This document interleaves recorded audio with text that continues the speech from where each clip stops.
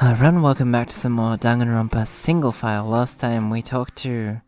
I literally just did the introduction. Because this is back-to-back recording with the previous one, so I totally should... There's no excuse that I forgot what the character... Eliza, there we go, thank you. Yeah, so we introduced ourselves to Eliza Loki, that's right, who is the ultimate escape artist, I believe.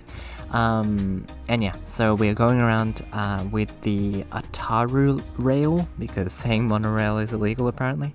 Going around introducing ourselves to all these characters, so I'm very excited. Let's keep going. I'm going to use the intercom, so there's someone stuck in this building, apparently, so I wonder who it is. Let's take a look. I push the button on the intercom, curious if I will receive any sort of response. If I do, will it be the voice of one of the survivors, or that of some sort of menace? To my surprise, the voice on the other end answered almost automatically and genially. Oh dear. Hello, welcome. I haven't seen you before. You must have come from one of the other parts of the island. I am the ultimate Indeed. researcher. It's a pleasure to make you your acquaintance. I'm Victor Leeds, the ultimate researcher. My specialty is in the study of killing games. Killing games? You could say I'm something of a killing game specialist myself. Now Wait. Is that the Spider-Man meme? You could say I'm quite a scientist myself or whatever. I don't know if that was intentional, it might have been. Could I ask that you rephrase that into a less menacing statement? Certainly, I apologize for the misleading introduction. I'm known as the ultimate Oh, I don't think I've seen this character before. Maybe I have, I don't know. Like I said in the previous episode, I am in the SingleFile Discord, which I believe you can join by using the link to the game. I might be wrong. If not, you might need to look it up. But yeah, so I am in that server, so I have seen the character designs here and there.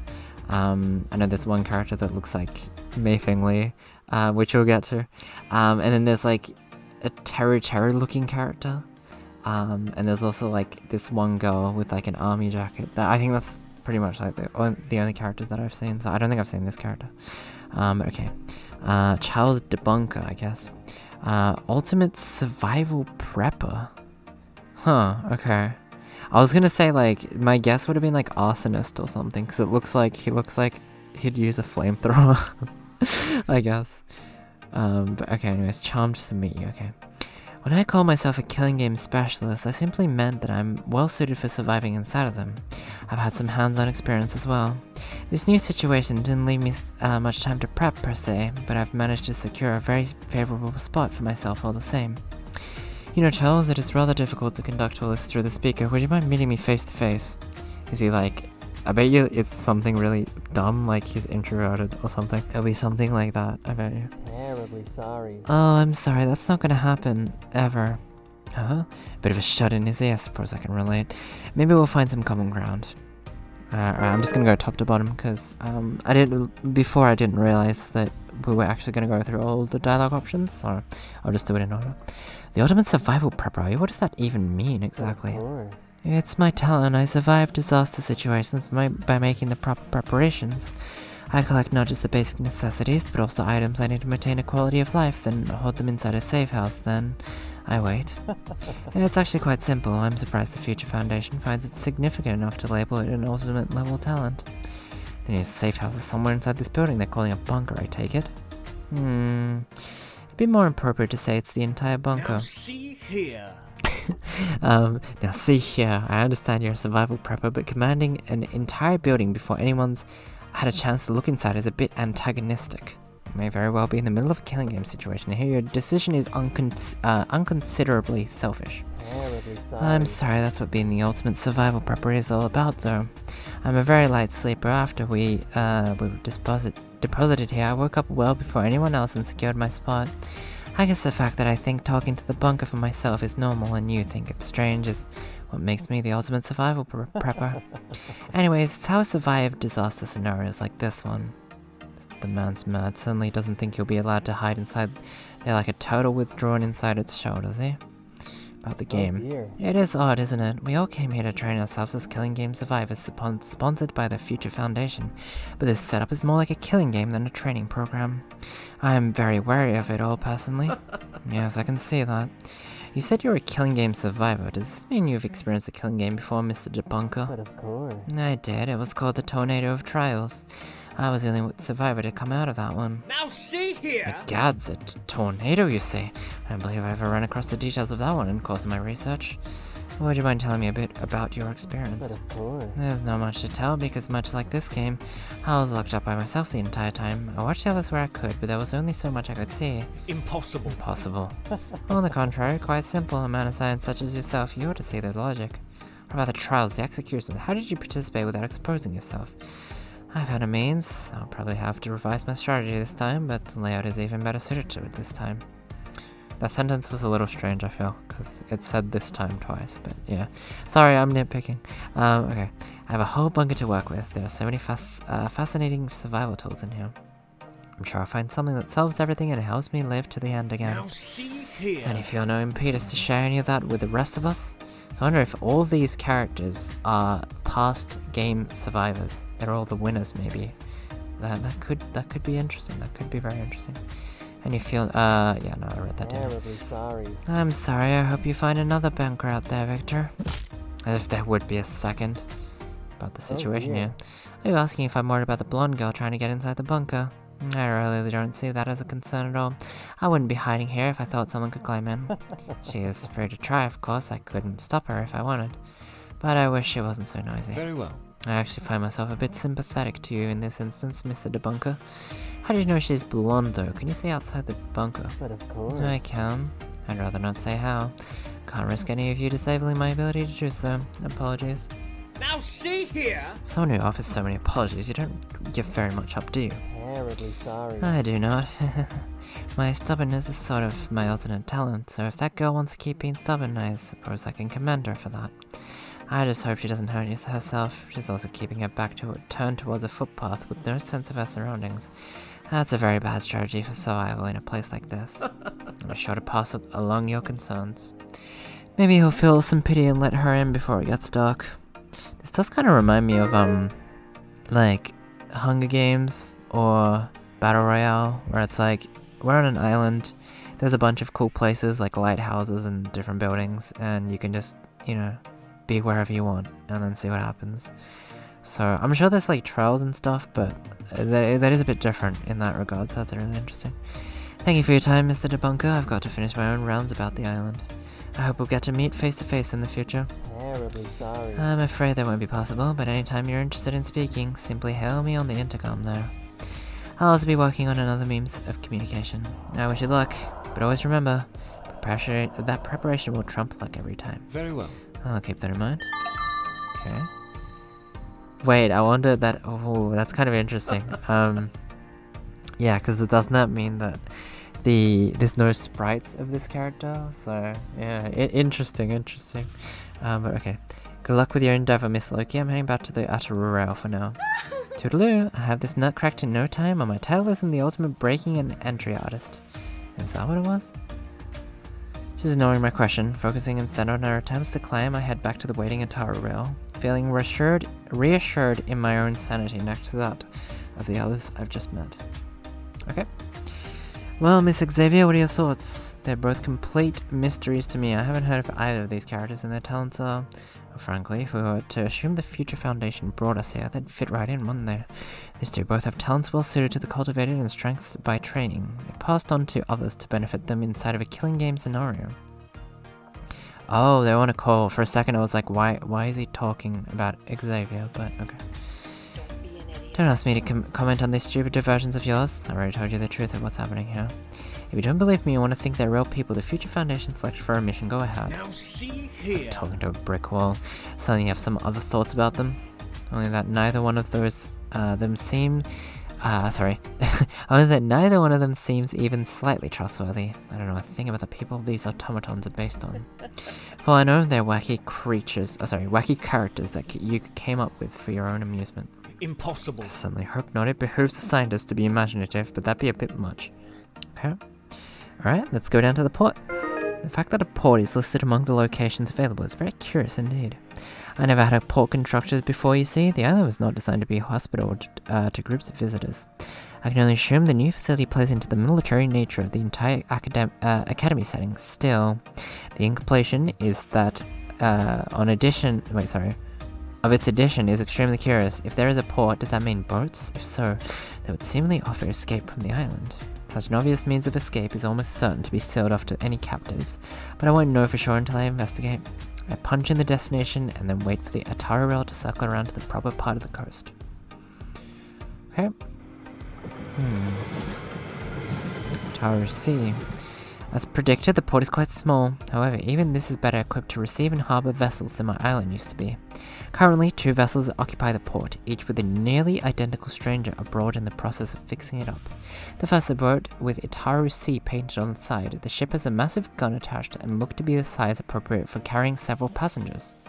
Oh, it's the Teru kid. I wonder if he's as pervy as Teru. Probably not. But here we go. Ultimate Sailor, I'm guessing. I mean, I have an ultimate pirate that's kind of similar, right? But anyways, okay. The young man abroad, he's whistling merrily as he works. He kind of looks like, what's that old comic? Tintin, right? Adventure of Tintin, or whatever. They made like a movie out of it, I think, back when I was a kid. He kind of reminds me of that, like his little fringe and his beady eyes, but okay. By works, I really mean he's just mopping the deck of his ship. It seems like a strange priority in our current situation. He's certainly dressed the part of a boatman, although I wonder if his outfit isn't a tad outdated. Sullivan? I think that's what the name said. Oh, and there's the airplane as well. On the other side is a strange looking plane, aboard skis. Yeah, skis in the water. I've heard, I was trying to say skies, and I'm like, wait, no, that's not right. I've heard of the development of ambitious? No, ambitious? I'm not sure. Amphibious planes, I suppose, before. But it's the first time I've seen one in person. Unlike the boat, the Atari Air is only equipped to hold 1 person. Oh, okay. This is like the cooler older sister, I suppose? Or I suppose it could be a brother. The resemblance of the gentleman aboard the plane to the one aboard the ship is uncanny. I can only assume they're related. He's whistling, but he appears to be absorbed in his work all the same. Diligently maintained. Okay, so it is a boy. Okay. And by maintaining his craft, I mean he's shining the windshield. I don't know, I saw a bit of feminine qualities with the ear piercing and the fringe and stuff, so excuse me for that, but yeah, anyways, okay.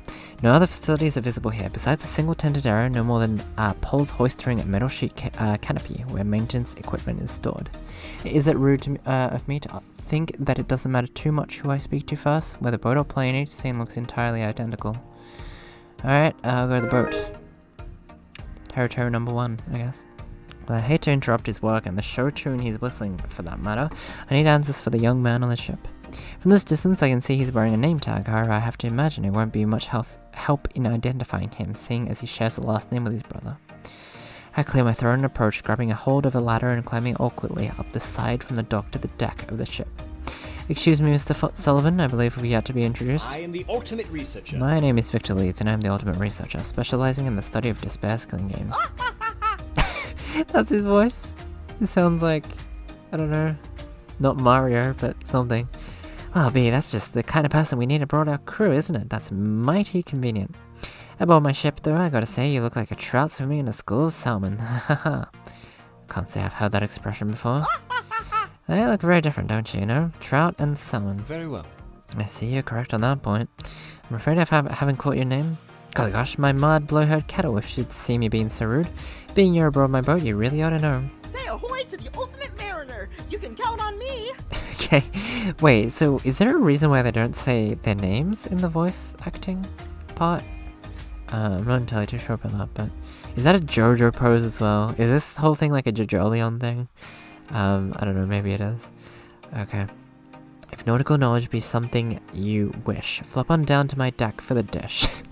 Homie has bars. I'll keep that in mind. He was certainly dressed for the part. One thing has been concerning though. You just say your ship. You're actually the captain of this vessel. Did you bring this ship here to the island? No siree! Well, shucks no. Just like my brother and some of the other folks we met, I washed up ashore with no more memory than a barnacle of whale's backside. Impossible. Not literally washed up, right? That's more nautical humor. You got me. None of us washed up. We all kind of woke up in different places, as I understand. Still, this here's my boat for one simple reason. My face is on the console that powers a boat. So I said to myself, Skip, you better figure out how to operate this thing. And I have, mostly. Now see You here. don't sound terribly certain. No siree. Gosh darn, you got me again. Pains me to admit, but I ain't seen a boat like this in all my years of scalawagging. It's gonna take a little while before I know my way around her, but once I do, I'd reckon I'm our best bet to escaping back to civilization. Oh, and we'd better get a hop along soon, as we're all ship-shape course, cause otherwise? Does this seem like an ordinary training camp to you, Victor? This place has got me on the edge like an anchor about to fall overboard, sorry. No, I take your meaning, though I will say you hide it well. Ain't nothing out there on the land or sea that ain't improved by whistling while you work. Before you get back to mopping, I have a few other questions. Okay? Oh golly gee, Victor, what you see is what you get with me. I'm Marina Faithful 100%. Always loved birds and I got so crazy about them they named me the Ultimate Mariner. Always knew I was, of course, but having the title is a little extra spit to my shine. Big brother. That voice. Sounds like Majin Buu or something. Best of all, is me and my brother in a pair of ultimate sea and air. And homie does kind of look like Majin Buu, so just won't know what hit him when we show up on the scene. Was that too much of a low blow? Maybe. He can fly circles around them while I slip a boat out right under their noses. Whoever's behind this, they can't stand up to our dynamic duo. Actually, you're really rather lucky from a certain viewpoint. No siree. Excuse me, chum, but you're gonna have to explain to that in Simple Sailor. To this Simple Sailor, how getting tossed into a second kill game is a stroke of fortune. Very well. I simply meant that it's fortunate we have the ocean, a port, and a boat where we can utilize our craft. Most killing games wouldn't have these features. Would you believe this is the second time it's come in handy? I guess if I look at that way, I am pretty lucky. Mine always tell me I was born under a strange star. Wonder if she was calling him lucky or trying to explain his odd behavior. About the game. Impossible.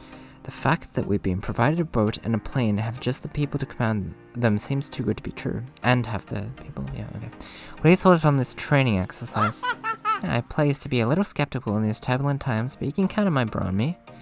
After all, we survived a killing game already ourselves, the Bay of Bears. Okay, so every single character did survive once. How shit would that be? Being a survivor, going through all this, and then going through it again. Like, Jesus Christ, okay. 'Twas no little rinky-dink 16-man killing game either. The Bay of Bears was a war involving hundreds of people. A war? Did you say 100 people? How can it be that the ultimate researcher have never heard of this before? Shucks, you may be the authority, but even I have some fish in the ocean I ain't laid eyes on yet. Ain't no shame in letting a thing or two slip past you. How are these people, like, still lively after going through a death game? Like, I feel like you'd be psychologically pretty scarred, but fair enough, okay. Still, it's a pretty good big deal. I came out of that one feeling like I was landed Moby Dick after all that fighting. I feel Captain Ahab had it better than the average killing game character, to be honest. It does inspire confidence, though, to hear that you two survived such a massive game. How'd you manage that? What? Okay, is everything alright? Because you have to explain why losing my chum. Thinking about that game made me get a little green around the gills. I guess he does have, like, PTSD. Poor fellow. I started to feel like running towards the nearest banister and yanking overboard. Now see I just here. grabbed that reaction just now is a little worse than seasickness. I can see I better not push the issue right now. We'll talk about it another time then. Okay? If I may note, using this time to mob this ship, which seemed to be the fresh off the assembly line, seems like a poor use of time. That's why I'm the ultimate mariner and you're not, buddy. No siree. Neglect your ship at its own peril. Just as every boat must be welded, every knot must be tied, and just so every deck must be mopped. No seafarer worth their salt is gonna trust somebody else to give him a clean ship. Gotta take it into your own hands. Very well. I see that your brother is one of the same mind as you, albeit without the whistling. Big brother. I love that voice clip. Spot on my chum, my brother takes his planes every bit as serious as I do my ships. I bet you his brother's gonna be super chill, cause this guy's so bubbly and all that. But, okay. Neither one of us is leaving here to wish surely these ladies are seaworthy. I certainly hope he is in making his plane seaworthy. But then again, considering it's an amphibious plane, maybe he is. Actually, that's true as timber. Trust me, my brother wouldn't be caught dead making a water landing. No siree. When his plane takes off, it's like a gull after a bread crust. It's not going to land till it's got the perfect spot and the right opportunity. Sure, it must be nice to have such a close sibling. Aye, aye. Exactly. I wonder if they both went through the same killing game or if they were separate. Is that really how he looks at it? I was being polite, but to be trapped with your own brother inside of a killing game, knowing that one of or both of you might die. It'd be better to enter alone in my view. At least there's a chance that your sibling won't be dragged into it in that hypothetical scenario. What would it do to the poor young man if his young brother perished inside the killing game, yeah. Oh, right, okay, I must have missed it. They're twins, so they're the same age. I thought this one was the younger brother, but I guess not. It's been a pleasure, Mr. Sullivan. Thank you for the spirited conversation. Aye, aye. Anytime, but from now on, please call me Skip, or Captain Sullivan if you like. Very well. Oh, forgive me, it's a habit of mine. I was brought up in a very formal setting and haven't had as much communication with others face-to-face since. Well, you best break it soon, or else things are going to get real confusing for everybody, considering me and my brother are both Mr. Sullivan. I was going to bring that up. I'm surprised the game actually brought that up as well. That's actually a good point. I'll do my best to keep it, fix it, Captain Sullivan. Then again, Captain Sullivan could refer to both of them as well, like, right. Okay, the brother in green brings his head up from the reflective surface of the cockpit glass once he sees I'm approaching. Rather than address me, simply pretends he's focused onto the rag and gets back to surrounding the window. Yeah, he's gonna be the glum one, I think. I never thought that a social recluse would be the one burdened with taking the initiative on introductions. Oh yeah, you wanted, I was gonna say, like, I was gonna predict these characters' fates and all that. So the guy stuck in the bunker, I don't know. I feel like if he's gonna be out of the game for the entirety and in like a bunker thing, I feel like that's gonna come into play in one of the trials, so it's definitely gonna be like a killer or victim situation. I'm kind of leaning towards victim. And then with these two, I could see one of them surviving. There's no way both of them are gonna survive. Just in terms of like, what do you call it? Just in terms of, well, first of all, human drama is one, but also to do with like just variety of the survivors.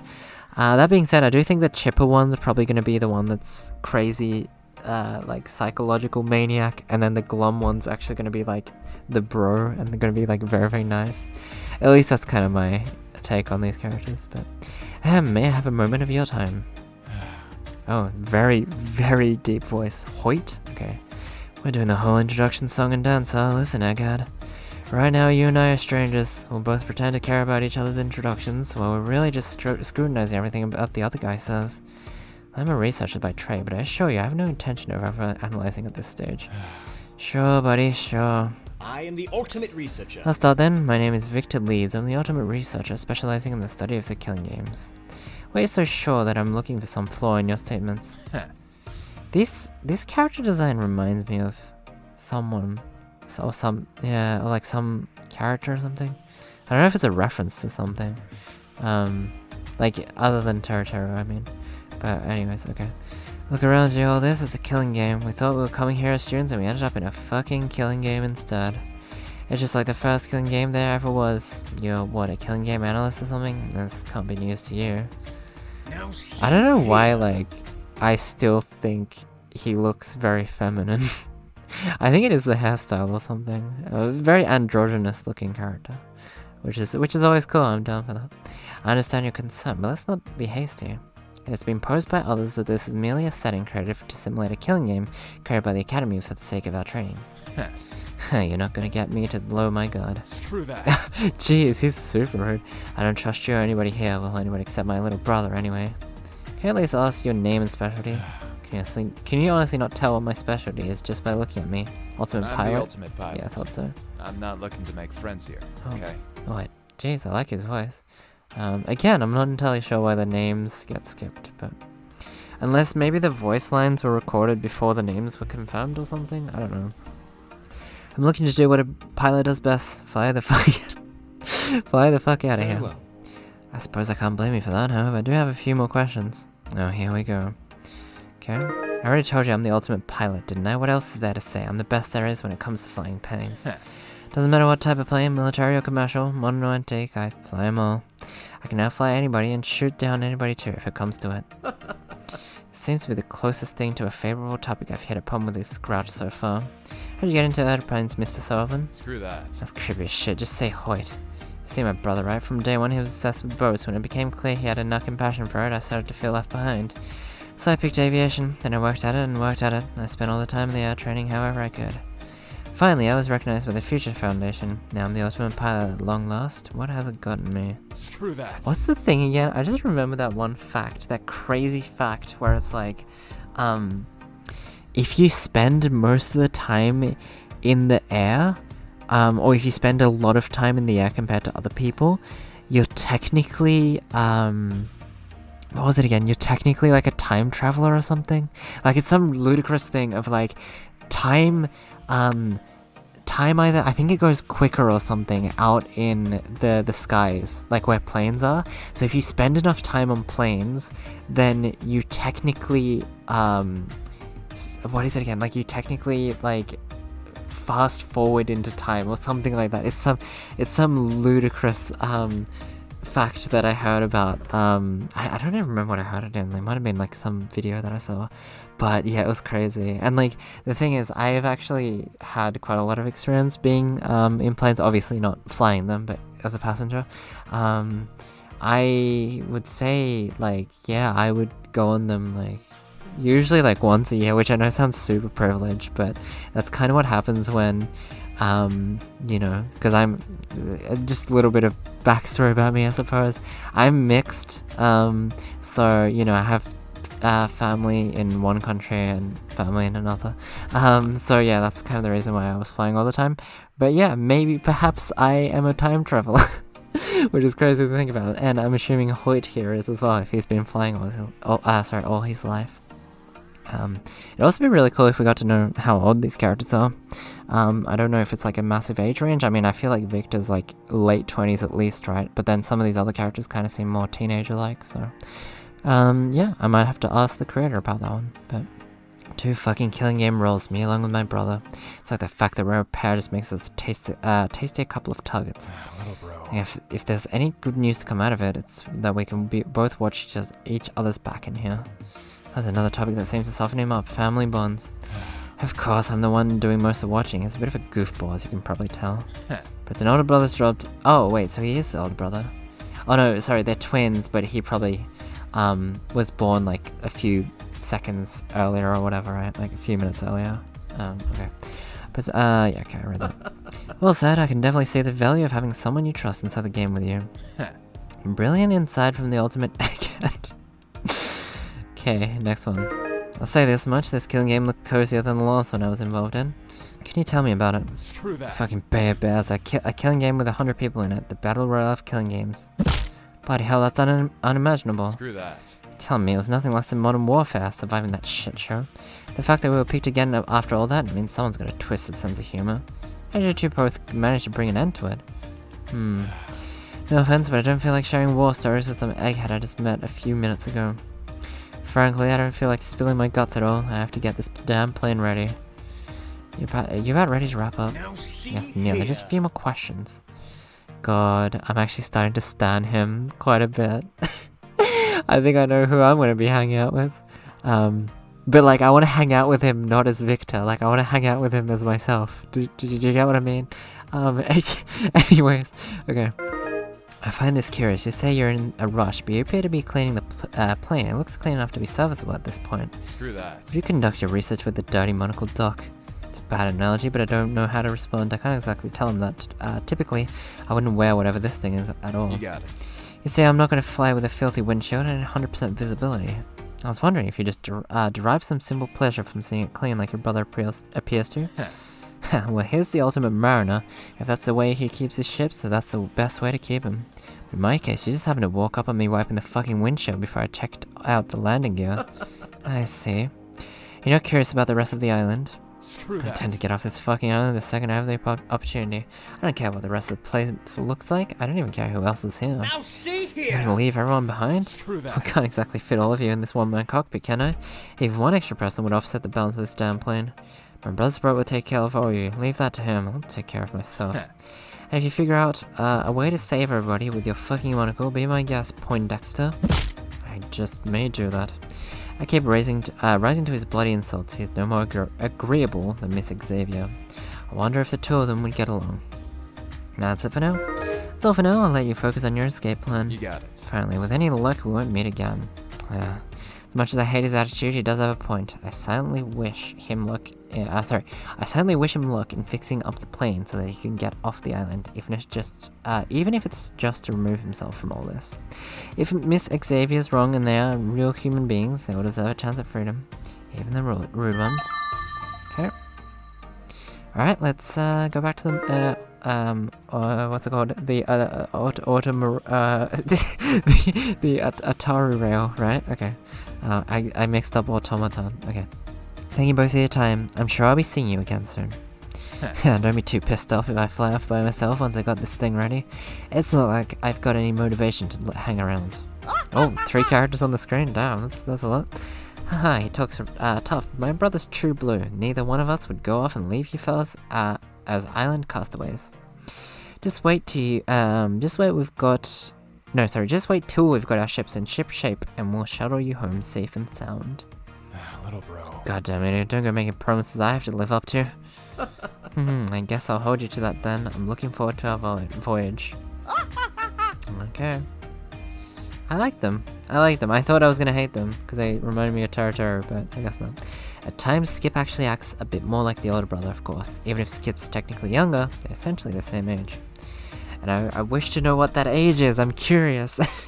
I get curious with these characters. It's like, you know, whenever you see certain characters that you like, it's like, what's their birthday, you know, what's their star sign, you know, like, it's all meaningless information, but it is always interesting to look at.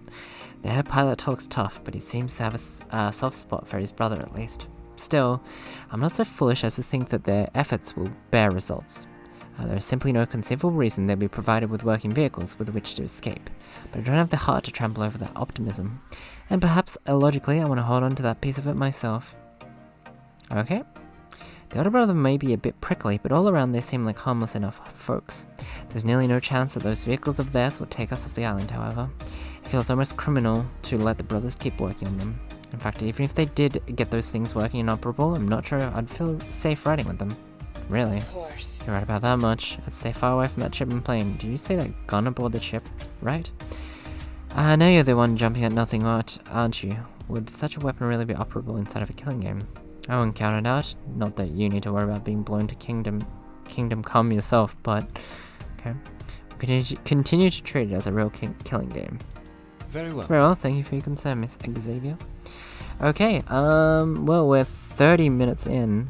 Wow, we've only done 2 of these? I just realized, okay, we're gonna probably have to do a couple more episodes. I'm gonna record 1 more after this, I think. But yeah, we'll go through this game. Surely, what is it? Fuck, I forgot what the saying is now. Something and surely, whatever. I'll do it bit by bit is what I'm trying to say. And I'll definitely get around to it. And yeah, we'll see how the uploads will go. I might not be able to upload all of it at once or whatever, but regardless, I'm going to end this one off here. So hopefully all of you enjoyed, and I'll see you all in the next episode of Danganronpa SingleFile. I'll see you all then. Bye bye.